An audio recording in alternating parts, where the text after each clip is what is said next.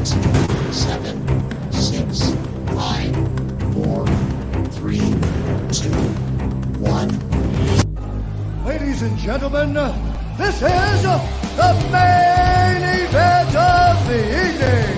And now, it's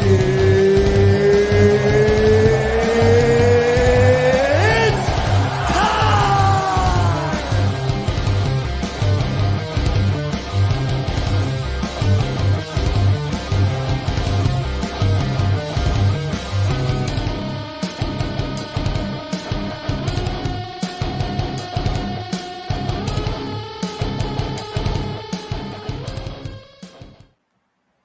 And welcome everyone to the Circle of the Man Cage My IQ Our Championship on the Line MMA podcast. Ladies and gentlemen, we're waiting for coaches. He's taking forever to come in. But I'm here with my man, my brother, mi hermano.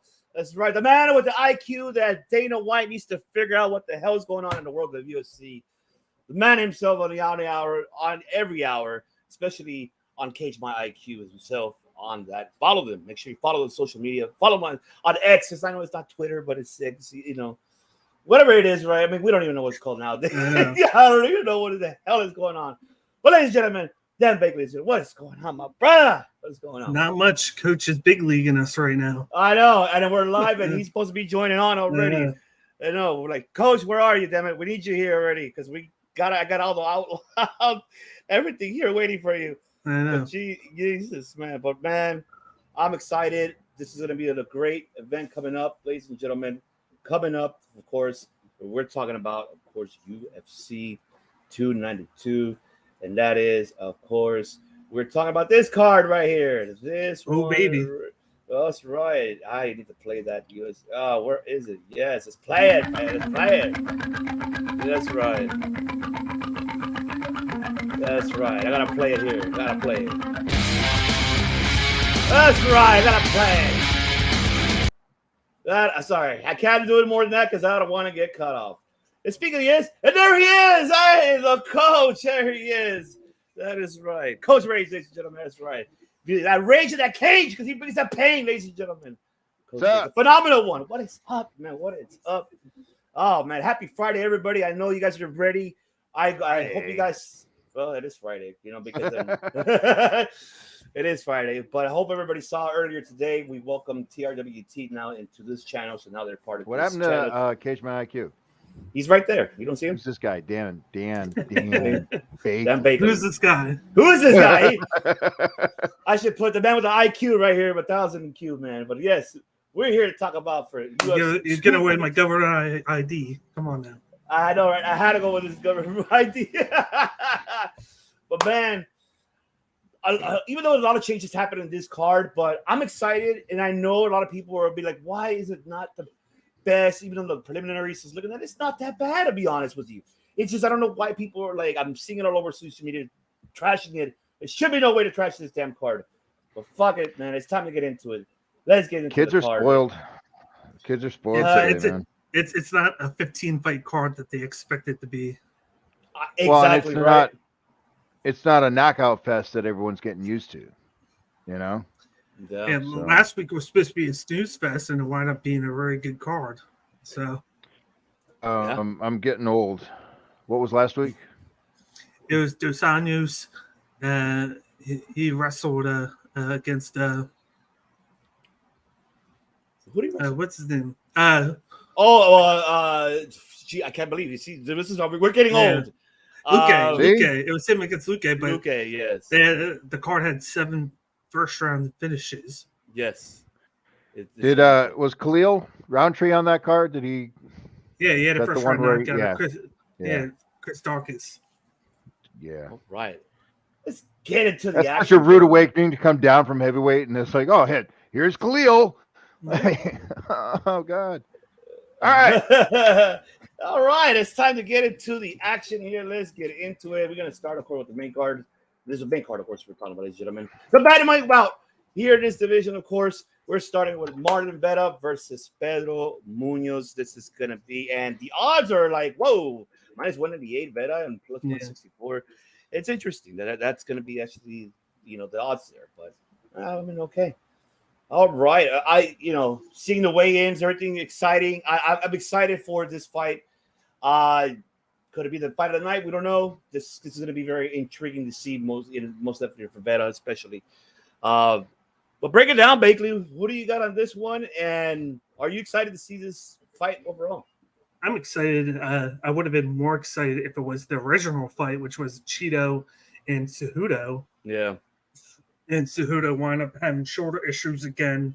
Well, not too much, but he said he didn't want to make it worse like he did the other side a couple of years ago, where he missed over a year and a half of the sport with surgery. And then this one happened, and he was like, I could have wrestled, but they chose me not to, so that I could take it later on and let it heal. So hopefully it's not a nagging injury that bothers him even more like it did before. But this is a pretty decent consolation prize. You got Cheeto Vera, who has some notable wins under his belt. Of course, the one guy that beat Sugar Sean O'Malley, who's in the main event. You got Pedro Munoz, who is very well known for those calf kicks. He throws a lot of those.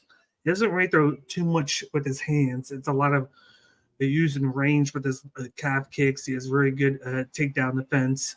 And he's known for taking fights to decision, whereas Cheeto has power in his hands. He's good in the clinch. He's very good. Like, I think of that Davey Grant fight where he just repeatedly hit him in the Muay Thai clinch.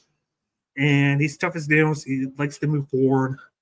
I'm still going to go with Marlon Cheeto Vera. I think he KOs Pedro Munoz, which is shocking because Munoz doesn't get knocked out that much. Ever. But I feel like Cheeto's coming in with the chip on his shoulder. He won the fight Cejudo. He won that top 3 matchup. And now he's fighting a guy that's in the bottom half of the division, essentially. And I think he's going to make a point to get that matchup again. And he's on that way up. He wants Sugar Sean O'Malley again. He wants to prove that that wasn't a fluke. That's right. But it was a check leg kick, but then he threw a kick after and did more damage. It was just right the IQ from Cheeto Vera against a guy like Sean O'Malley. But I think he has more tools in his tool belt than Munoz. He can strike. He has underrated leg kicks. He's good in the clinch, and he has KO power. So I think he gets it done round 2. Love that. Man, myself. Whoo. Okay, Munoz. I know he got his last win. Who did he fought? Chris something, right? I forgot who he fought. I know he fought the last one he fought. But Vetter, on the other hand, I get your point. And then the loss that he had against Sanhagen. I mean, it just you're right though. I mean, Munoz has never been knocked down, and I think this is going to be an interesting. That's what it's going to be an interesting fight. I think I'm gonna play safe on this one decision. I think Vera might take this one decision. I think he has more. I know I may be like, what are you talking about? Maybe because of what I've seen by far, but Vera, like what he's capable of, besides his striking abilities, but his ground type is not that bad as well. So I think this man could do some damage to Munoz, and Munoz, good luck with that or not, by the second round. I think by the second round, we could see something already, a difference right there from Munoz. I think Vera will have more of the advantage, in my opinion. But I think Vera needs to win this one. He needs to rebound himself, especially losing the hands, Sanhagen. So I got bet on this one, and I like the betting though. Before that, he beat Cruz, Rob Font, Frankie Edgar, Davey Grant. He lost to Jose Aldo. It was kind of not controversial, but it was a very good fight. And then he beat Sugar Sean O'Malley. Oh, that's right. Yes, he did. He did beat him up. Beat Skittles. We're going to get into that. I can't wait. But, man, the phenomenal one himself. The floor is yours. Yeah, so I'm looking at Pedro's record here. First of all, I got to give the disclaimer. I'm biased on this one. I've known Pedro. Pedro and I have been friends since Pedro was an amateur. We spent many years together at Black House in Gardena. So I'm biased, but if we look at Pedro's record, The loss to Frankie Edgar, that was bullshit. He won that fight, but the judges gave it to Frankie. He didn't show up for Jose Aldo because Jose Aldo really started Pedro's career. They're friends. They were training partners. Dominic Cruz did not beat Pedro, but the judges gave it to him. So that's, 3 bullshit fights right there. Sean O'Malley poked him in the eye, but he was beating Sean's ass before that happened. Those leg kicks were killing Sean. Yeah. So Pedro is he's not getting knocked out. That's just not going to happen. Maybe it happens when he's, I don't know. I mean, he's getting there, right? He's 36 right now. But like if he doesn't retire when he should, there's a possibility that old man Pedro gets knocked out. But this guy is so tough, so durable. So anyway, yeah, I'm biased. I'm unrealistically biased. But Cheeto can't deal with Pedro's ground game. We haven't seen Pedro's ground game in a long time. But I'm gonna go with the old Pedro, overhand right, knocks him to Queer Street, closes with the arm and guillotine submission. I'm gonna say submission win, round 1, Pedro Munoz. Ooh, okay, I like that. I want the old Munoz back. And if you saw Pedro's first 7 professional fights, that's how it happened. It was just like a video game. So I definitely have to go back and look at the first 7 fights, and I have to. If phenomenal one has a lot of bad points, man. Especially we're in the chat. Oh man, if only you guys knew, but that's private. It's just private there. But man, I'm excited for this one. I don't know if this could be a fight of the night. We'll see. But these two have a lot to. You never know, honestly. I mean, looking at the card, honestly, I mean, it could be, but because these two have a lot to fight for. Especially mainly for their current losses and one that is just one recent, and one that no contest with the poke of the eye because of the Skittles. Mm-hmm. But prior to that, I mean, they're trying to get back at it again. You mentioned their age, so they're trying to get back. How old is Sheeta? Sheeta, let me find that. I had it here. I just forgot. He's not old. He's rather 30. Young. He is 30. Yeah. 30. He started when he was 19, so he's got the age advantage. Yeah. Pedro trains at American Top Team in Florida now, right? He's got Conan Silva in his corner, and Cheeto is going to have Jason Perillo from Ruka. So good corners. I'm biased. That's all. Pedro's my friend, so I'm picking him. Yeah, definitely. I respect that. Speaking of this is one that really changed the game. I mean, because obviously there was one fight that was scheduled, but it didn't happen because due to an injury, of course, that occurred. Mario Batista versus Cordy Barman. But now it changed to this man right here, and that is, of course, Diamond Blackshear, as he will be fighting in the bantamweight bout versus Mario Bautista. And look at the betting odds, plus 240 Blackshear and Bautista minus 298. Wow. Bakley mentioned a lot about Blackshear, Bautista. I'm gonna let him break down the floor. The floor is yours, my brother. Break it down. Give it to us. I think it went down to. I think it went down to 1 second. I'm bringing it up because I think it's trying to bring it up. It's going so. I think it's plus 190 now. I think it went down. Really? Okay. No, actually, yeah. It's Blackshear's plus 175 and then Batista's minus 215. So it was 240, and last day a lot more people have been putting on Blackshear, which is kind of interesting because he did fight, of course, last week. So this is his second fight on 7 days' notice, and apparently he had the option of making it catch weight, and he chose not to. He said, I'm already in shape for it. I didn't put on too much pounds. It was easy weight cut. He actually went today and was on weight, which was very good. So they're fighting at bantamweight instead of at catch weight, which is good. He is one of 3 guys after last week to win by a twister submission. He got that last week, of course, in I think round 1 or 2. I forget which round he got it in.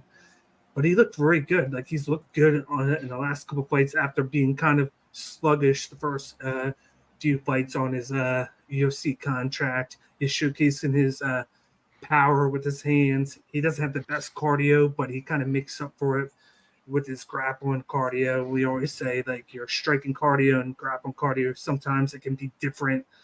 But he has really good grappling cardio. He just doesn't have the best striking cardio because he puts too much power into his strikes instead of kind of just taking a little bit off and throwing for volume. He's throwing for power each time, but he's a really good grappler. He showcased that the last 2. He's taken guys down 5 or 6 times the last 2 fights. But then on the opposite side, you got Mario Batista, who has been game planning for Cody Garbrandt. This is a guy that has a tall frame, is pretty good at leg kicks. He mixes his strikes well. This guy throws a million jumping knee attacks every fight. He's known for that. Like, he at least throws 5 or 6 flying knees a matchup, and he connects on at least 1 or 2 of them. He showcased a little bit of throwing a flying knee and then getting into the clinch and then getting a takedown. Usually that's his way into the entry, is those flying knees. He hasn't showcased too much of the finishing. Like, I know he's had like 1 or 2 finishes, but there's been fights where he's gone up against a guy on short notice who's taken a fight, and then it goes to decision because he can't finish them. But then the next fight, he'll go in there in a tough fight, and then he'll finish his opponent in the first round by submission. He seems to want to stun a guy and then try and choke him out with a guillotine or a rear naked choke instead of just finishing him with his hands. But he has good cardio. So like, a lot of people are going to be on Batista, but I feel like Blackshear taking on short notice, he's either going to go in and try to finish him in the first round, knowing that this is his second fight in a week, and he's not going to try and waste too much time with the cardio. So this is a tough one because even though Batista is the better fighter, he's kind of a slow starter, and Blackshear is a quick starter. And knowing that he's going to try and go quick as can be, try and throw at him, try and get him down, and not allow him to get the striking going from a distance, I could see a shock and upset with that Blackshear subbing him via guillotine. But I'm going to go with the safe bet. I'm going to go Mario Batista with round 2 knockout, because I feel like after round 1, if he doesn't get him, Batista's going to knock him out, because the Blackshear's going to be tired out from round 1. He's going to put a lot into try to get this finished early. He's not going to get it, and then Batista's going to knock him out. This is going to be interesting because even though, it is, especially what you mentioned to me, like, when we talk about, Blackshear. So this is really going to be interesting. And it's a valid point what you mentioned. I mean, because Batista was already preparing for Cody Garbrandt already. So he already prepared for that. And everything, I can't add anything what you said. It's valid points, to be honest. It's just, for me, it's just like, I'm curious to see what, Demon's going to bring into that table, especially how you mentioned the first round. Like, I mean, that's something that. In his first couple fights in the UFC, that was kind of the knock on him, is after round 1, he would kind of slow down a lot because he put a lot into that round 1 with his grappling and the power punching, and he just the output just slowed tremendously. Yeah. And I know, like, he's showed a little bit the last 2 fights, but he's gotten out of these fights in the first round, so you're really not seeing what he does if the fight goes past round 1. You really haven't seen if he's actually worked on it or not. He's just put a better effort into finishing the fight early and getting the win. Yeah. That reminds me of some fighter. I'm trying to remember who the hell was it. I can't believe this. It's so much in my head. But there are certain fighters in the UFC, they do that a lot, and that's the thing. Yeah.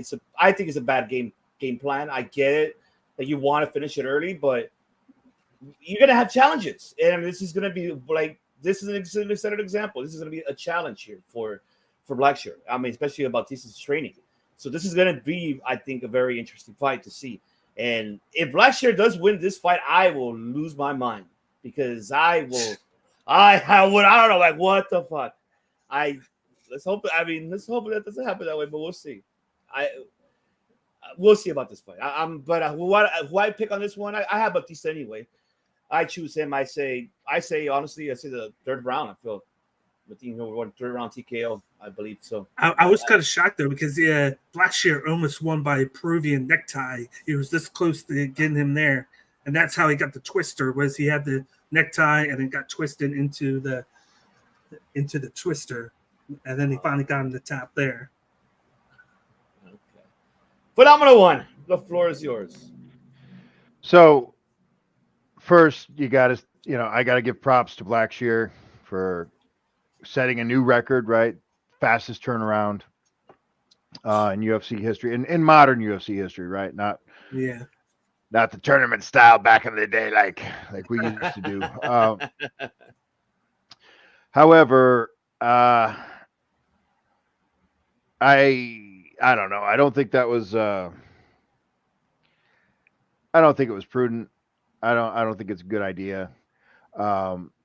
He says the weight cut's no problem. Didn't want to do a catch weight. I don't know why he didn't want to do a catch weight. The weight cut's always a problem.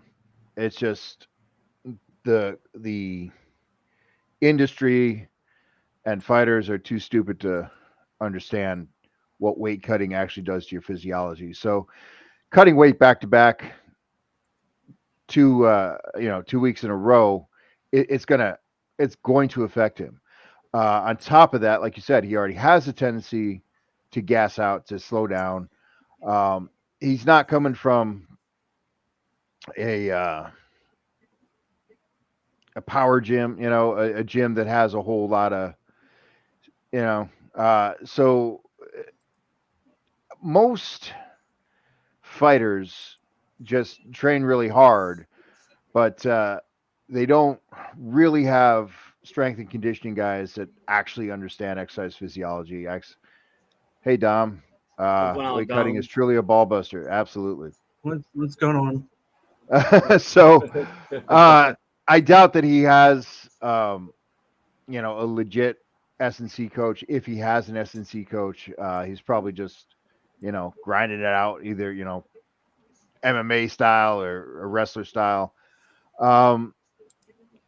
And top that off, his striking is not very good. So Batista, well-rounded, decent striking, decent grappling. I see this going to decision. As you pointed out, Bakley, Batista is not a finisher. He should be able to get the finish. I just don't think he will. I think it's going to go the distance, and I think Batista wins by decision. Okay. 2 points with this. This is going to be his 6th fight since last May. So he's had 6 fights in a span of a year, which is crazy. You usually see 2 or 3, that's but this fast is going to be pace, right? 6. So it's fast paced, and then on top of that, his fight last week was against somebody who took the fight on 4 days' notice. So That's he's right. in the opposite. He's flipped the script where he was fighting somebody on short notice. He only got hit 8 times because the fight only lasted 2.5 minutes. So he barely took anything. So I think that's why he was so adamant to get this. He got the fight bonus. I think he got $70,000 last week. He's doing this, and he took no damage in that fight. So I still would have taken it on catch weight because it helps you out. But if he's already at that weight, I don't blame him. But like, does he really lose any money if he takes it on catch weight? That's the thing. Maybe he doesn't get as much money if they move that. I don't know. Yeah, I don't know the financials. I know that Dana doesn't like catch weights. It also is difficult for rankings to have an effect moving up the rankings, and so yeah, that's why you'd want it at a authentic weight class and not a catch weight. But you know, I think a lot of his motivation is Money. he wants, right, quick cash, and he wants. Because if you think about it, if he got 70 grand last week, he's probably get at least 30 grand for this one. Take it on short notice, so that's in 2 weeks. That's 100 grand. That's a big payday. He can get paid. He can get paid enough to pay his taxes on last week's. He paid for the gym last week, and this will go to him. There you go. Right. I forgot what I was saying. It's probably not important. Oh man! A shout out to Temple Place. So Aljamain Sterling is still the champion. Yes, we're gonna get into that, Temple. Stick around. We're gonna get into that. We're heading in that direction. All right. Let's see. And did we all three of us pick Batista? Yes. Yeah. We all did. Yeah. There's a lot of valid points that we both made. Both of you guys. It's really extremely valid. So there's this.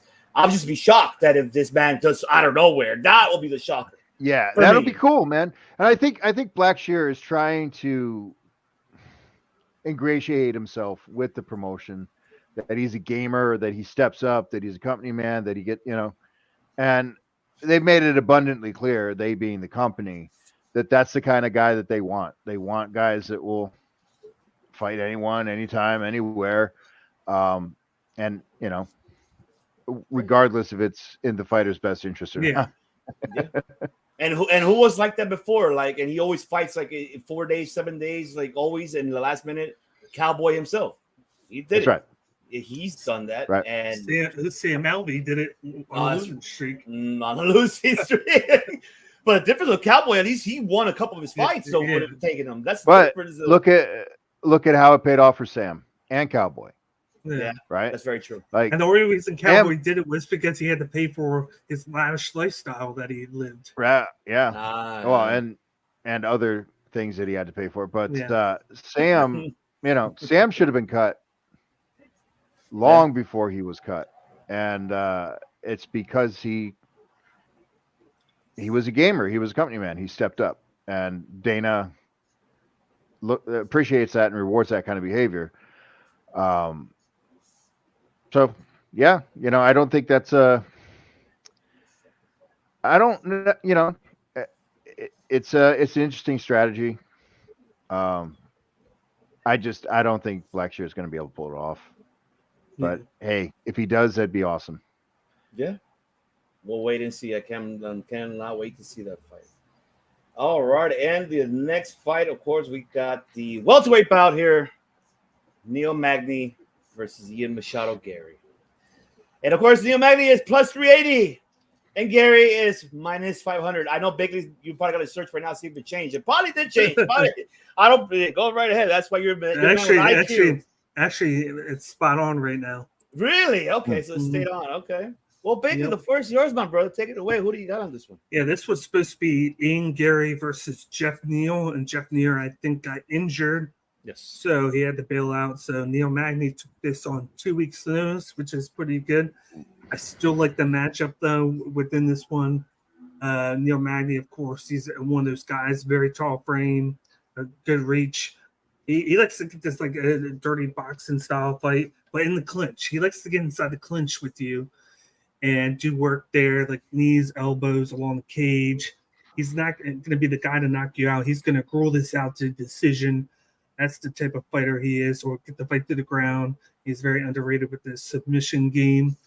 But then he's going up against a pure boxer, and Ian Gary, who started out with so much hype. The first couple of fights, he barely won them. In one of those fights, I thought he actually lost, but he got the win. But he showcased himself the last two fights, ironically, ever since he added Machado to his last name. And a lot of people gave grief for it. He's actually like started to fight like the hype that he's had all along. Like he hits you with angles, he has power. He's doing very good with his cardio now. He puts in a lot of volume. He's always moving forward. He's hitting you with different angles. That's the big thing with him. And I could see him knocking out Neil Magny. Neil Magny's not a guy that's going to get knocked out as much, but I like the fact that he hits you from different angles. He's not going to keep you on the straight line and hit you straight up, but he's a very accurate puncher with his jab, and that's a big thing. You want to keep on moving, use that speed, and you're not going to want to allow Neil to grapple you up and clinch with you, because once he does it, it's hard to get him off. It's hard to deal with him, and he's going to either just pull you up against the cage and then play with you there or get you down on the ground with a leg sweep. But I like Gary's striking. I think he's going to be the faster guy. He's going to land a lot. He's going to avoid those takedowns. And I think he's going to punish Neil Magny. And I think this is going to be a round 3 finish for Ian Machado Gary. I think the hype is there right now, and he's going to move his way up. If he's not going to be able to play Jeff Neal Magny is the perfect consolation prize, because it's not that far off from where he was shooting for. He's still there in the rankings. Of course, he's not as high up as Jeff Neal was, but at least you're still getting a complicated guy with a different background that's going to make a good fight for you to learn from. I think he needs to fight a guy with grappling like this to prepare himself for the guys in the top 5. So I got Gary by KO around 3. Ooh, do you think because he changed gym, because he went to Cliff Kill? Is that what you think? Why, Machado, adding now Machado to it because of that? I just want to say because of the name change. but you see it, like a guy can get complacent at a gym. Look at Grant Dawson. Grant Dawson got so complacent in Nebraska with Krause, and he just relied too much on that wrestling. He goes and changes to Kill Cliff himself, and now he's a top 15 fighter in his division, and he's showcasing it with a lot better grappling, and then he's adding more to the striking game to him. He's looking better. He even said it himself, you get complacent and you don't train the same way as you should when you want to be motivated. You just train to stay there. You think that you're okay because you've been there so long. Sometimes you need that change. Yeah. And once you make the change, sometimes it makes a big difference. I absolutely agree with that. 100% agree with that. Phenomenal one. You know about change because you're a coach yourself. You already know how that works. Yep. Generally, I don't know. I don't. Journeymen are the gym hoppers, right? But sometimes it is absolutely necessary to change, to shake things up, to move away from home. Sometimes that works. Ian Gary's a young kid, right? So he's not tearing up roots quite as much when he up and goes across the country or across the globe to get special training. I wasn't really paying attention to Ian Gary when he first came on the scene, was getting all the hype. You're getting hype early on. I ignore you because that, I know I don't trust it. I don't believe it. I've been in this game too long. But then I was like, all right, let's see who this kid is. And it's like, no, he's people don't like him because of the way he talks and the way he behaves. But I like him because of the way he punches. So, Magny, it's been a long ride, and I've been with him since the Tough House. Cool guy, good guy. But, there's the actual age and then there's the fight age, and the fight age is extreme, very high. And the actual age, he's in the 36, right? Mm-hmm. Expiration date is 37, and some guys expire early and some guys expire later. But Neil has just not been looking as good of late, and Ian Gary has been looking He's very undefeated. good. He's undefeated. Yeah. He's the young, hungry beast, and 25 years old. yeah, That's young. So, God, that's what, 11 years difference? I think. Also, Magny is taking this on short notice, right? So Magny's taking this on short notice, and I think Ian is ready, and I think Neil's going to get knocked out. I think it's going to happen probably the middle of the second round. Yeah. He almost got knocked out against Phil Rowe last fight. He was doing very well against Phil Rowe. Phil Rowe has that knockout power. Like, it's more the single punches with him. But when Phil Rowe had to go for broke in round 3, he stunned him and almost finished him. But then Magny was able to recover from him late in that fight, and that's a guy that's not as dynamic as a striker as Gary is. That's just a guy that has power in his hands and then can knock you out. Gary's going to be able to throw combinations at you. He has that boxing background. He's going to be able to keep on attacking you and get you from different angles and keep on moving. Yeah, and I train boxers, I train MMA fighters also. The skill level in boxing is incomparably so much higher than in MMA, and the small gloves do make a difference. But the main thing is there's head movements, there's ranges, and there's angles that boxers use that MMA guys are oblivious to. Magny's striking is pretty good, but I just, I think he's gonna get knocked out. I'm sorry. Yeah, I mean, that could be the case here. It's gonna happen most likely. So, oh well, sorry, Magny. It's okay. Yeah. Oh man. All right. Co-main event time, of course, and this is for the women's strawweight title, Zhang Weili versus, of course, Amanda Lemos. This is going to be a very interesting fight. I like Lemons. Excuse me. Excuse me because I know she's Brazilian. I apologize to everybody. Brazilian Limos. Thank you.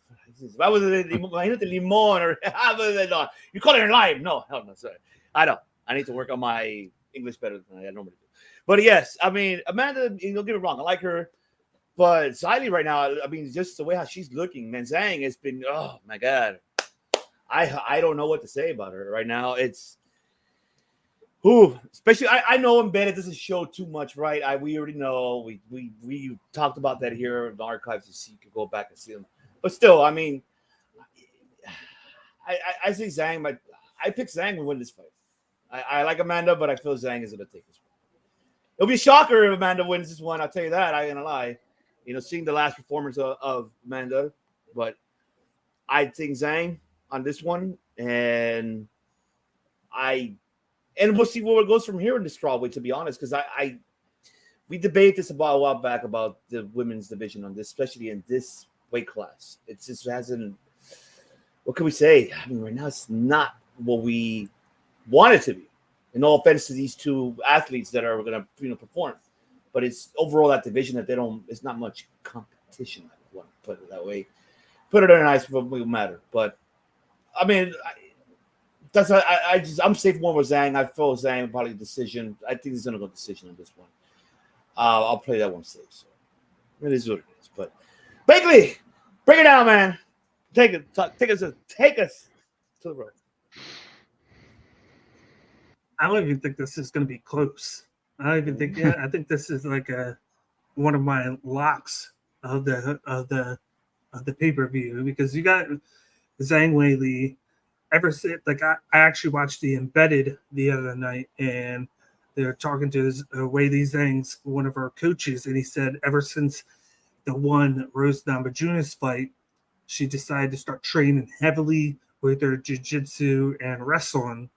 Of course, she brought in Henry Cejudo to help her with the wrestling, and then she just incorporated it. But then she was like, I'm not doing that well when I'm like, I do great with my wrestling, but I'm not doing good in the bottom guard. Whenever somebody takes me down, I can't get up. So she started to work it heavily, and she showcased improvement in that against Calder Esparza in the last fight, where she just like damn near just dominated her on the mat and submitted her with just the movements that she was able to get out of, and then get the back of Esparza and choke her. And she already has the striking, she has the knockout power. Now she has the grappling side of things that she's showcasing, and she's facing a knockout artist, Amanda Lemos, who has a jiu-jitsu background, and she's showcased a little bit of knockout, a little bit of jiu-jitsu, but this is a 5-round fight. She has showcased that she really doesn't have that great of a cardio. Of course, you look at the one fight a couple of fights ago where I thought she lost, and who was she fighting? Angela Hill. She was fighting Angela Hill. She stunned Angela Hill round 1, and then Angela Hill was able to recover, and then I thought Angela Hill was piecing her up in round 2 and 3, and somehow Amanda Lemos was able to get the split decision victory over her because of that round 1. It kind of blinded the judges because of how much damage she did there. But ever since then, she did have that nice win against Marina Rodriguez. She was kind of stunning her with those big shots, and she got the finish there in round 3. But it's like, it's a one thing to beat Marina Rodriguez, and then it's another thing to go up against somebody who is more well-rounded. Because Rodriguez is a very good kickboxing style fighter. She can fight from a distance. She's gonna beat you with volume. She's not gonna beat you with finishing with her hands, knocking you out or anything.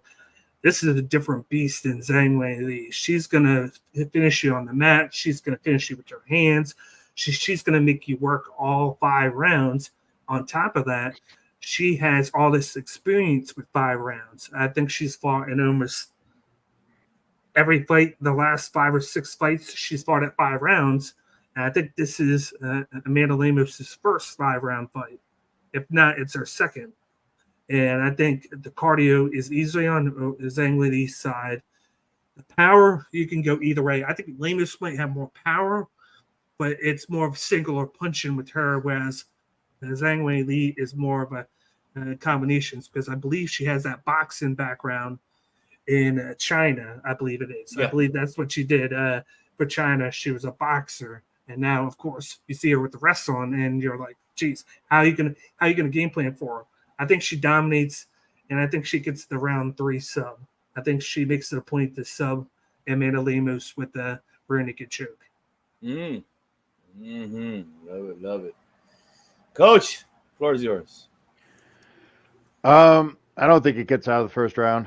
I think Weili is just going to overwhelm Lemos. I think it's going to end violently. I don't know if she's going to do another like spinning elbow murder like she did to Joanna. Yeah, check. But I think I'm going to go with the ground and pound finish. Weili's just gonna blitz Lemos, and it's gonna be bad. And you know, what can I say? Yeah, I know, right? That's it. Like, wow, that's just gonna be it. And okay, all right. I look at a common fight that they both had. Jessica and Andrade. Andrade beat Amanda Lemos in round 1 with the standing guillotine. And then Zhang Weili destroyed Jessica Andrade with their striking. Yeah. In, I think, round 1. Yeah. So it's like they have a common opponent with different outcomes. And I know different. Yeah. I know it's the MMA. Yeah. It's different, but it's like I think with that, it's a testament to how far Zhang Weili's going compared to Lemos. Lemos is kind of on that up and down stretch whereas Zhang Weili's the only person that has solved her was Rose Namajunas, and that's it. Okay. So we'll see. I mean, it could be Rose beat her twice, though, right? She's beat her twice. Yeah. I find it surprising that Carla Esparza is still listed in the rankings. She is Well, like actually. she won't be fighting for a while because she's pregnant now. So. That's what right. I mean. Yeah. That's what I mean. I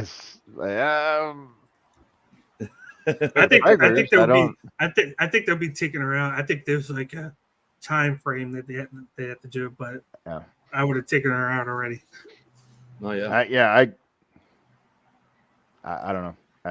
She Hey. should have been Hey. immediately, but it's okay. It's all right. It's all right. All right. Now it's time, the main event time, because I've been waiting for this. I've been waiting for this because I wanted to hear not only just Bakley, but the phenomenal one himself, because it's his favorite guy. Well, nice. That's right. That's his favorite guy. That Mr. is right. Twitch. Mr. Twitch. Mr. Twitch. The bantamweight title bout, ladies and gentlemen, as we have Aljamain Sterling defending the bantamweight title versus Skittles. I was just gonna say that Skittles. Yes, Twitch, Skittles, whatever the fuck he calls himself. This man, Sean O'Malley, and we see the betting odds. I don't know if Bakley want to confirm it if it's still the same or changed, but that's what I got. It is minus 250 and plus 205. Okay. Wow. Okay. So basically the same thing. So it's the same, pretty technically, yeah, close by. This fight is gonna be. I digress. But go ahead. Sorry, go ahead. Some of my friends were talking about betting and over under, and I was just, it's all like the language. It's all just foreign to me because being in my position, I'm not allowed to be around any gambling at all. But I heard them talking, and they talking about parlays and over unders and and I was just like, wow, you guys aren't actually so much looking for accurate predictions. They're looking to game the system, and it's like, it's just like, well, I don't even understand the language, let alone how the system of betting works. But you guys go have fun with that. So sorry to interrupt. It's just no, you're good. You're good. Remember, speaking of betting, make sure you follow. You gotta follow my brother Bakley here. Go follow Cage My IQ, because he got some predictions and the betting odds. This man can get you some dinero. And he actually knows the system and how that shit works. Yes, and the over unders. Oh, I wanted to digress about this damn fight so bad. Like I said, I know I don't trust too much in betting or all this. But just like more, I go based more on what these guys' history.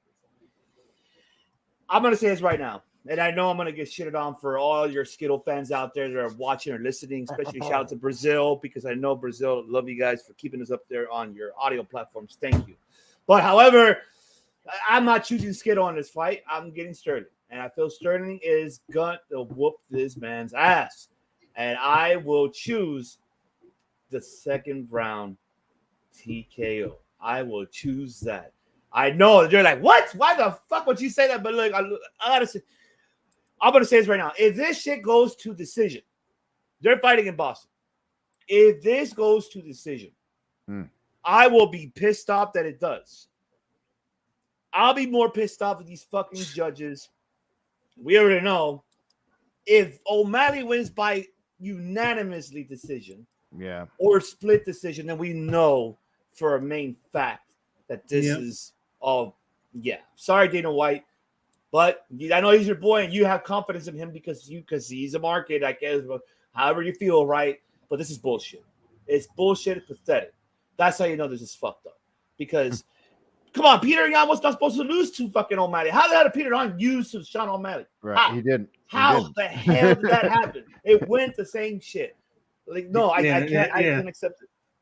Yeah, I can't accept it. That's what my fear is in this main event, that it goes to decision. That's why I seeing seeing earlier the weigh in, the press conference, and man, Sterling, I hope you destroy this man and teach him a lesson how to respect. And hey, you want to be with the top boys? Here it is, buddy, because I'm gonna show you to be here in the top boys, man. And he's gonna learn today. And I hope It does happen in the second round. I know I'm saying it too early, but hey, sometimes you got to prove Dana White to shut up, Dana White. Stop betting on. I know Dana White. You're gonna bet on this on O'Malley. I know your ass. You are gonna do it. So, but I'm sorry. Sterling is on a hot streak right now. This man has been killing it in his division. So, Sterling second round TKO. Even if it's not TKO submission, I don't care. I know that everybody's questioning about O'Malley's, saying, "Oh, O'Malley's groundwork is maybe better than Sterling's." I disagree with that. I think Sterling could do something in the ground. I think he can. He's capable of that. This man has it all. Yeah. So I mean, I will have to go with Sterling in the second round of this one. So that's just me. Bagley, tell me you feel the same, or what do you feel, brother? Tell us.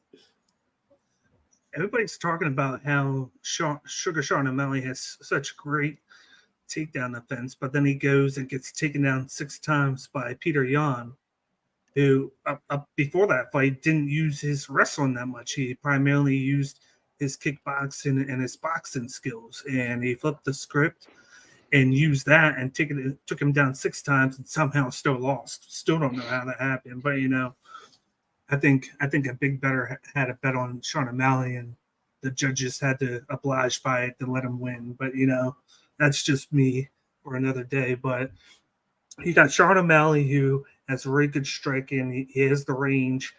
He's all about kind of using that leverage with his reach to try and poke at you, move, and then get that reach, and then get back out into distance so you can't hit him back. He's one of the best at doing that. But he's primarily just a striker. He doesn't really have that much of a grappling background. We've kind of seen the weaknesses with him getting kicked with the leg kicks. You saw it with Cheeto Bear. You saw that just like Coach Rage said it earlier with Pedro Munoz. Pedro Munoz was chopping him up with the leg kicks, and he really had no answer with it. And because of that, he really couldn't get going. And then on top of that, now he's fighting a guy with a totally different style than he's dealt with. You got Aljo, high-level Brazilian Jiu-Jitsu background. He really hasn't got that far a guy with that. And then this is a guy that has great cardio, trains all the time with Barab, who just drills him. That's why he has great cardio. When you train with a guy like Barab that's just going to attack you with takedowns a million times, that's how you become a great fighter, by training with another great fighter. And to me, that's would be the true matchup, Sterling and Merab, even though they're training partners. That's a fight that I would want to see. But back to this one, I think he's going to use a lot of that, because even though he has a 4-inch reach disadvantage, Sterling's going to attack him with those naked leg kicks, because he throws a lot of those. He pushes a good pace. He's always moving. I know in the past we've kind of got on his heels about his cardio, but he's done a great job managing it. You fight 2 times against Peter Yan, then he goes and beats TJ Dillashaw, whether it's that shoulder problem or whatever it was. But then he goes and he has a great fight against Henry Cejudo, and he goes and deals with that for all 5 rounds, and he edges it out 3-2. And like every time somebody has something to say about him, he goes and he kind of deals with the issue, and he proves everybody wrong. Now he's going up against Sugar Sean O'Malley, and everybody's going to say Sean O'Malley's going to win. He's got to go there because they're striking, and he's going to have very good takedown. I think Sterling's going to go in and prove people wrong with the grappling. I think he's going to get inside, take him down. He's going to use those naked leg kicks to kind of slow him down a little bit and not allow him to get going, because small things like that, throwing leg kicks and moving around, throw them again, it doesn't allow your opponent to get going and get like a feel of where to strike, and then they get in a groove. And he's going to keep on doing that. He's going to keep on moving. I think he's going to keep on shooting for takedowns, but then popping up and throwing at him. He's going to make him think. And then when he least expect it, he's going to go in and grapple with him and take him down. I don't know how Sugar Sean O'Malley is going to do when he has Aljamain Sterling riding his back like he likes to do. He likes to get the back and kind of backpack people. That's where you're going to see how well Sugar Sean O'Malley is going to do in a fight when he deals with that. I don't think he's going to deal well with that. I don't think it's going to be first round or second round. I think the first round is going to be more feeling out. Aljo likes to feel out his opponents. He likes to get started quick, but he likes to push the pace a little bit. And then in rounds 2, 3, and 4, he likes to get his grappling going. And I think that's where the test is going to be. I think it's either going to be round 3 or round 4. He's going to choke him out. I think he's going to get that rear naked choke. I think it's just a matter of time because, like I said, Sean O'Malley really only has the striking. You really haven't seen him do any grappling whatsoever, and you really haven't seen him get tested that much with getting taken down. Even like Pedro Munoz didn't have to do any of that. He just threw the leg kicks until he got eye poked in round 2, and he was winning that fight.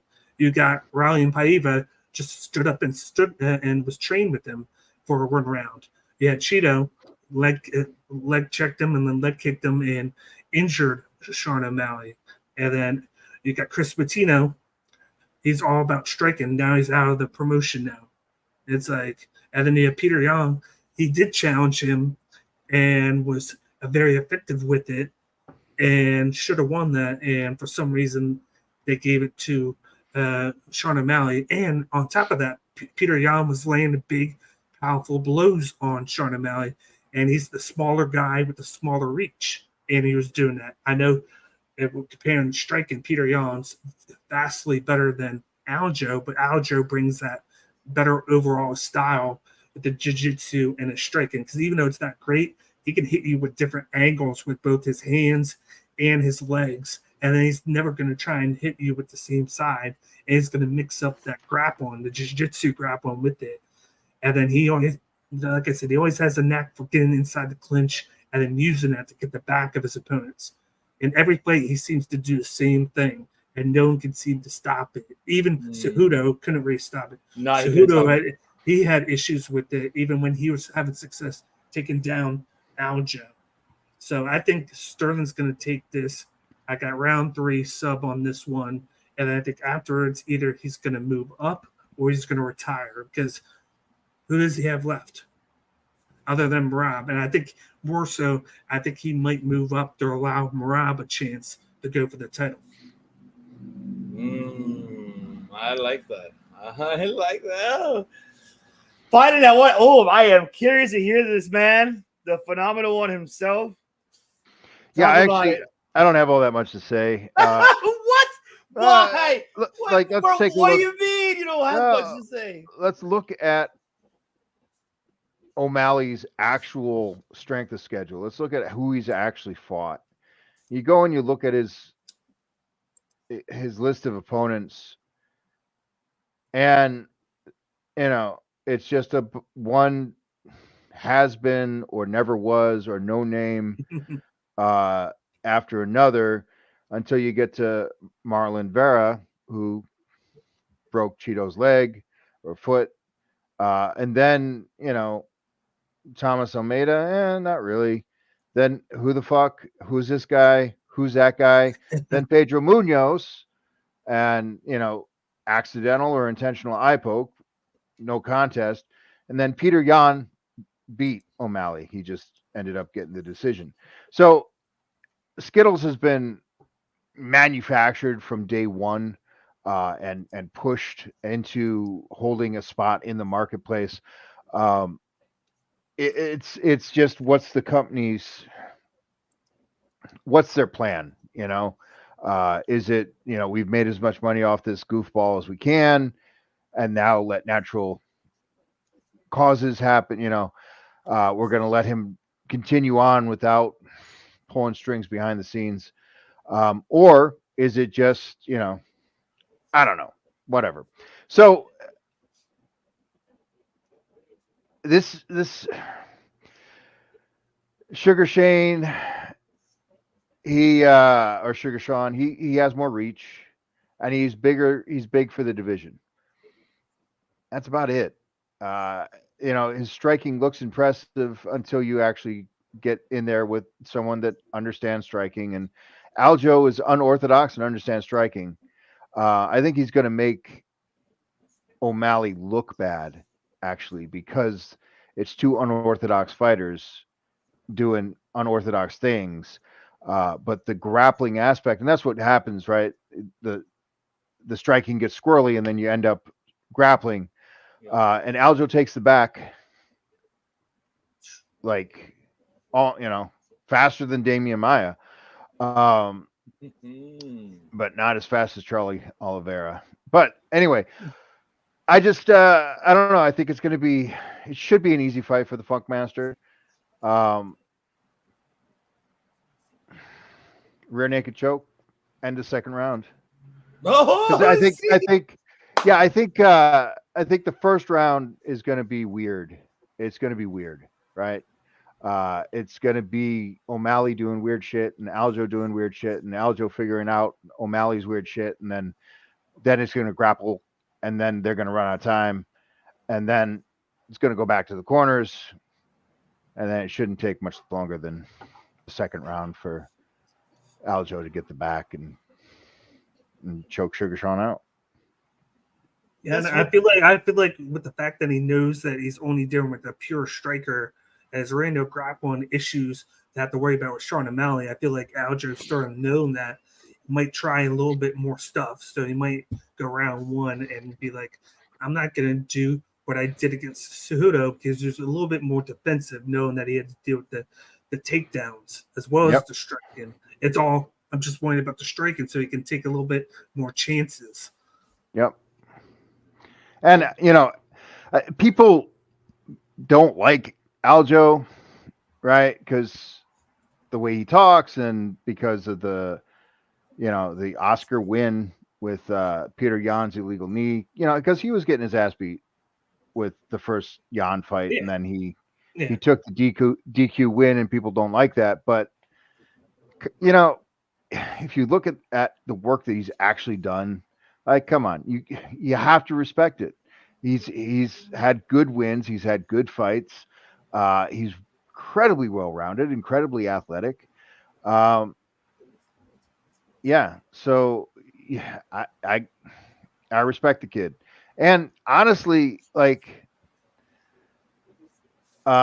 sometimes the right business decision is not the right fan decision or sport decision, right? So from a fan or sport point of view, over taking the DQ win wasn't great in the fan, but he got the belt, and then when you get the belt, money changes. So it's a brilliant business decision. Like, and it guaranteed himself a rematch, because had he not taken the belt, there might have not been a rematch. Exactly. So he wanted to make sure that he got the rematch. Yep. And I think he went around it the right way, to where he channeled that energy into hearing all the hate, and he was like, I'm going to improve myself. I'm going to make no doubt that I deserve this. And then he proved it. He beat night Yan. and day difference between the two fights, right? And he apparently had a neck injury in the first fight, so that was part of the explanation. But the second fight with Peter Yan, he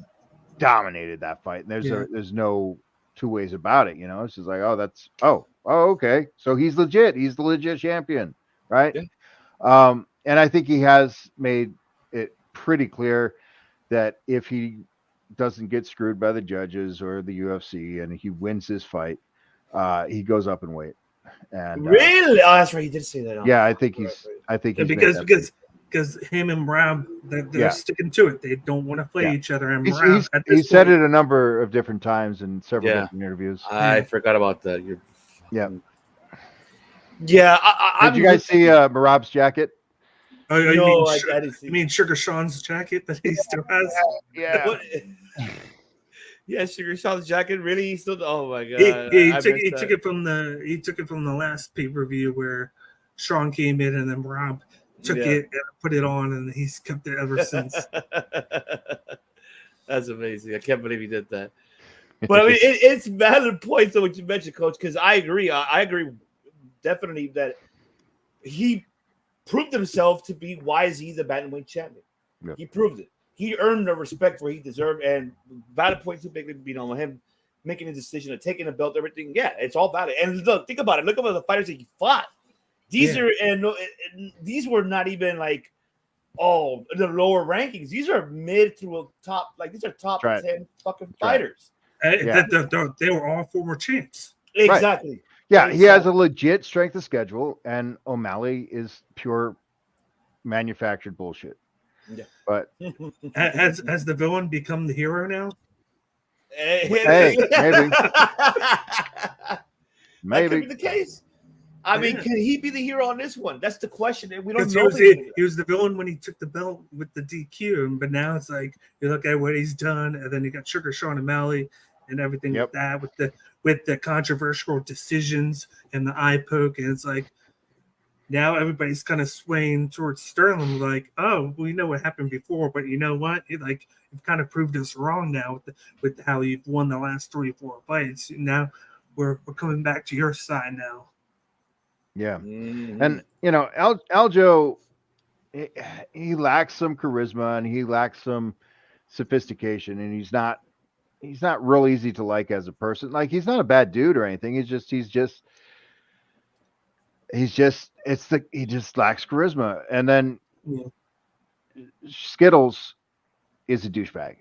Like, he's just a fucking douchebag. And he's the villain. He's the villain pretty much on this one, so I'm looking forward.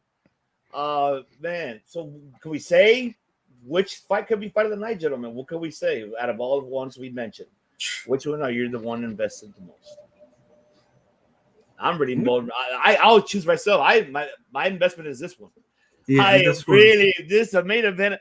I just want Sterling to shut him up, and I want to see Dana. That cameraman better point at Dana White's face. I want to see Dana White be like, shit, there goes my guy. That's what I want to see. Because it's like, okay, now this is your guy, your hero, how Bakley said. Now this is your hero now. That villain is done. So, I mean, that's what I'm invested on. This main event is where I'm invested. I don't know what you feel, Bakley. Which one do you feel that you're invested out of those? No, this one. On the main card, this is the one that I'm invested in. All right. Phenomenal. I hope that Neil Magny and Ian Gary, I hope I'm wrong, and I hope it is a spectacular war. You know, I hope Magny still has some dog in him and gets the takedown, and you know, I hope it goes, you know, more than just a couple rounds. But I hope that's a spectacular fight. I hope that's the fight of the night. So we got the finale of Tough happening on the prelims, right? That's right. And I'll pull it up right here for you right now. Yep. Let me take it away out here. Bear with me here. There we go. So what do we got here? We got Hubbard and Kurt Holloway. That's going to be a good one. Yeah. We got Brad Katona, who's a Conor McGregor guy, against Cody Gibson. Oh, that's going to be a pretty decent one. There are Michael Chandler picks because he had all the vets. I'm really invested in Crean Silva and Marina Moros. I really like Crean Silva. I think she has the capability to be a top 5 fighter in that division. Yeah, but you're not allowed to root against Ukraine. You'll get canceled. We'll get canceled, bro. Yeah, we don't want to do that. We don't want to do that. But thank God I'm just a guest.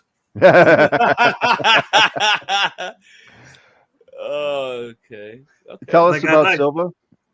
She is a very dynamic striker, has power, has really showcased her grappling since the last fight. This is their second time fighting. When Crean Silva first started, she was looking very good with her physicality. She was able to take down Marina Moros several times, but she made a mistake. It got armbarred there. And ever since then, she's been training jiu-jitsu, and she's gotten a lot better. Every fight that she's won has been won by finish. Every fight. She has not gone to decision with any of her fights, and all but one are won in round 1. And she's done it in both KO and with subs. And in the UFC, it's primarily been mostly submission wins, where she gets down to the mat and she just subs you. She has that physicality, she has that grappling now, and that submission expertise now. She has that on top of ever since she lost to Marina Rose. That was the last time she lost. Oh, I okay. believe. So this And is a cool fight then. yeah, and everybody knows Marina Rose has that style background. She can take you down, and she has the submission attack, but she's not well versed with the striking. She's not as powerful. It's more just volume over power. But Green Silver, when she hits you, she's going to knock you out. So, and she's put on more more build to her as well. So I think she's going to have an easy time taking down Marina Rose. Cool. And then her sister or cousin is the next fight? They're not even related. That's why it's What? funny. No, they have the exact same name. I know. So I does like about Natalia. 70% of Brazil. I do like Natalia Silva though. She's gone up against Andrea Lee. Everybody knows Andrea Lee. She's good attacking from kickboxing range, but then she has that good jiu-jitsu background when a lot of her takedowns are kind of like hip tosses. But then she's very easily overpowered. Yeah, and with that. I think this is a gimme. I think this is a soft pitch for Natalia Silva. She's very quick. Andrea Lee hasn't been anything spectacular. She missed her window of opportunity a good 5 years ago. And it's not her fault. She was in a fucked up marriage and things happen. But I think this is a slow pitch for Natalia, for Silva. I think it might still go to decision, but I think or this is a photo shoot. It could be, maybe so. It could be a photo shoot. Right. Just two really attractive females. Are we going to talk about did you guys watch Tough, The Ultimate Fighter? Yeah, I did. All right. Everyone's been shitting on this season, saying that it was horrible, and the television production quality of it is less, it's cheaper. But I thought the fights were fine. I thought, it's an old, maybe it's a stale formula, but I didn't think it was terrible. A lot of people are just talking about it because McGregor picked all the up and comers, and then of course Channel picked all the ex-UFC fighters, so the vets. So and then his training was different. Yeah, and that was just poor production. Yeah, they tried to rush the team selection process. Yeah, and I think Chandler's a better trainer than McGregor is. And I think with the people that Chandler brought in, like, are we taking bets over under how long till McGregor ends up in rehab? No, we're not talking about that. Okay. He's a businessman, but he's just, if I were him, stick to business. He's a drug and alcohol addict, but clearly, and he's been. But I think Brad Katuna beats Gibson by decision, and then I'm going with the underdog in the lightweight one. I think Kurt Holloway gets the knockout on Austin Hubbard. A lot of people are on Austin. I agree with you about Kurt. The way he fucking murdered Jason Knight. And it's like, all right, Jason Knight's maybe not the slickest tool in your shop, but he's tough as hell. And Kurt just fucking. And then the other one we're talking about, Brad and Cody. Everyone fucking hates Brad. Yeah. That includes me. He's a fucking annoying weirdo, douchebag, Asperger. Fuck. So I'm hoping that Cody Gibson gets it done, but we'll see. Actually, Katona lost.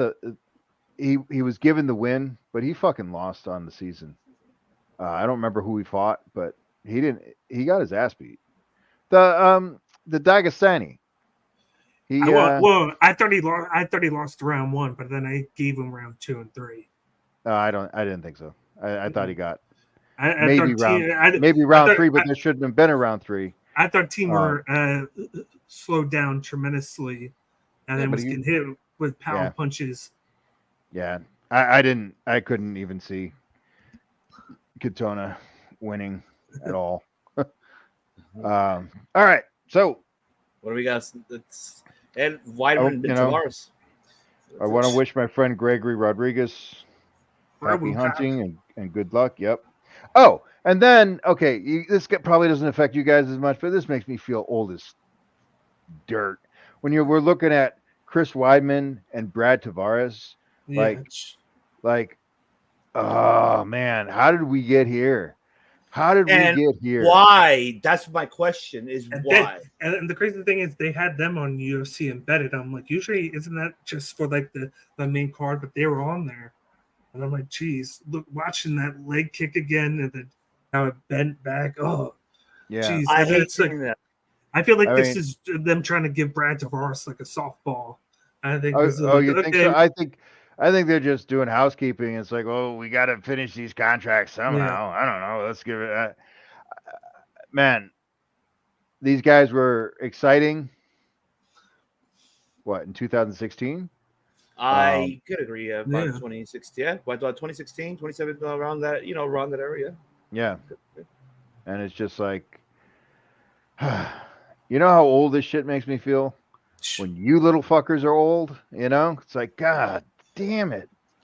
But yeah, it's just I felt like that was worth mentioning, but I don't actually give a fuck who wins this fight. and speaking of Ultimate Fighter, you got Petrosky going up against Gerard Mershar. It's down there. Yeah, that's gonna be a very interesting fight because you think so? I think it's gonna be boring as fuck. Yeah, but you got Petrosky, who's undefeated since coming from the Ultimate Fighter a couple of seasons ago. He's a fucking lay and pray, boring, wet blanket. he has a couple of knockouts, a couple of submissions. I mean, wins. Yeah. Okay. And I haven't really paid that much attention to him. He was so boring on the Ultimate Fighter. He was so uninteresting in his debut. I don't know. I like him. I like his style. Okay. I think he's gotten better since. And Mearshot, his claim to fame is that Chimaev can actually strike. Also, wow. Right? That's what. Oh man, we'll wait to see. But I mean, honestly, I'm not looking forward to Weidman and Tavares. Weidman is 39, about to be 40. Tavares 35, 36. So it's that era, like how you mentioned, Coach, that it's already been done. It is what it is. I think they should have retired, stay coach. Either one of them stay, coach, which would be Weidman. I think he should be more in that direction. I don't see nothing for him anymore. I just don't. After that leg injury from Uriah Hall, the last one too, I was like, shit. Yeah, you should stay retired. Stay fucking retired. Don't do coaching staff, anything, but none of that shit. I think, I have respect for Weidman. You had your moment, but the moment is over. Same for Tavares. You had your moment is over, buddy. That is it. What else can we say about them? There's nothing much we can say about him. Hopefully it's just a thing where he wants to go off the way that he wants to, and not have the last image of him being that. So maybe win or lose, maybe this is his last fight. I think they just have to. I think they just have some housekeeping to do with the contracts, and we're just like left with the. I don't know. These two, is that cool? Okay. It could be down the case. You never know. That could be, the end of the case. But man, all right, ladies and gentlemen, I appreciate you all for tuning in here on this preview that's happening within the next, of course, 24 hours. And for all the audio platforms, thank you so much for listening as well. Shout out to Brazil Court keeping us up there. Thank you so much. Do not forget the description right below. Follow my familia right here, especially the man with the IQ. Dan Bakley, Cage My IQ, right there. You can follow him on the social media platforms, his YouTube channel. You can follow him on, of course, on Instagram and X, and it's no longer Twitter, but we still call it Twitter, regardless. And also, you can find him on the Bloodline Network as well. You can find him there at his website, bloodline.com. You can find him putting all of these incredible bets and everything. This man is there. But follow him on his social media platforms mainly and in his YouTube as well, because this man brings the best for us, MMA MMA fans that loves, enjoys this. I'm not a fighter. Hell no. I'm a lover, not a fighter. I've been retired of that. And of course, you can't follow a man with the rage that brings in that cage, that gives you that pain, ladies and gentlemen. If you want to learn how to get into that cage, you want to take some pain, you got to follow this man right below. The phenomenal one himself. Ire, baby. Ire. Right there. You got to follow it right below the description. You better hit it.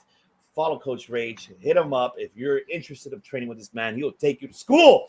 Not that school, but it's going to be that school, but he'll teach you. He will take you.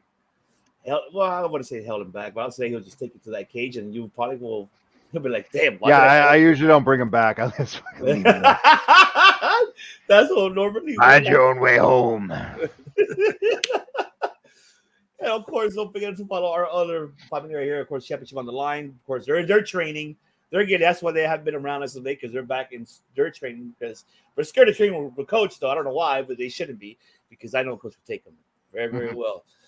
And of course, FDS, the director's not here because he's getting ready for that on tour. Fake the story. Make sure you follow them and us as well. And of course, any member of the family here on the CLE channel, Top Rope Wrestling Talk, Wrestling DeLorean podcast, our radio. Follow us.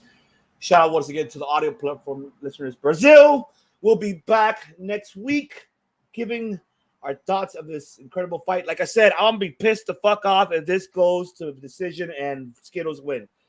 You will hear me digress. I'm telling you that right now, ladies and gentlemen. You will hear it. You'll hear it from me. But man, once again, ladies and gentlemen, this host Stevie's what I see with my other host right here, man with IQ, Cage Bakley, Dan Bakley, and of course my other host here, the phenomenal one, Coach Rage. Telling you guys, enjoy your Friday, enjoy the UFC 292 in Boston, and we'll catch you guys next week, ladies and gentlemen. Hey.